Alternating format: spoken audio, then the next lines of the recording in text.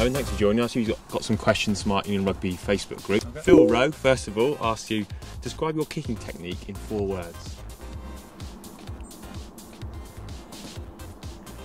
Hopefully it goes over. Nice. What things do you think about perhaps when you're about to kick? Tempo, it being smooth, getting to the front of the ball is I'd say my triggers. Ross Munro asks, what would you say is your strongest attribute as a 10? I think you'd hope that your strongest attribute is your game management as a 10.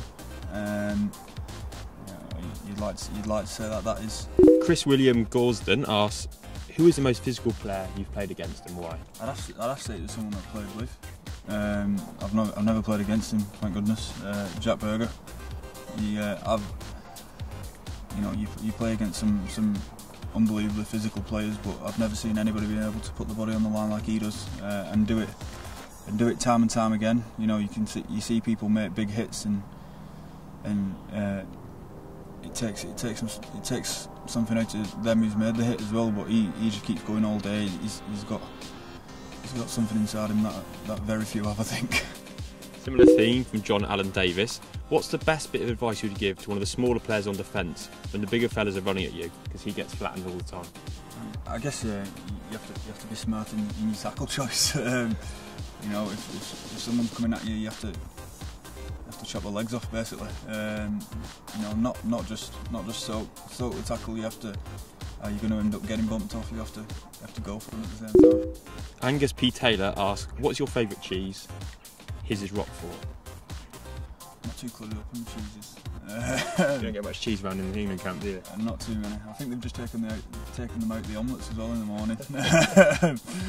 I'm not too. I'll go with cheddar just because it's easy. Helen Wilmot asks, how do you keep yourself calm when you know your kicks will probably be the difference between winning and losing? No pressure on.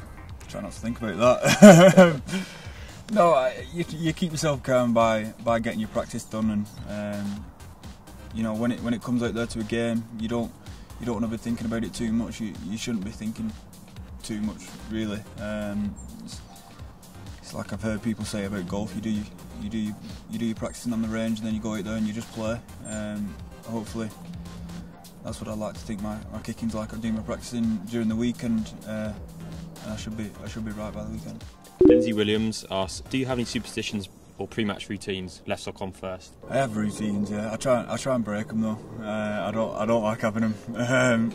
I have routines just for the sake of it, I guess. I like to try and test myself every now and again and break them and try and get out of it. So there's nothing that's stuck since I've started playing. Kelly Hutchins asks, where do you get your haircut done and what gel do you use? Her son Caleb Hutchins has asked that because the mum's fed up of asking for an Owen Farrell. Okay. Some barbers in St Albans. Called Alternative Barbers, it's called.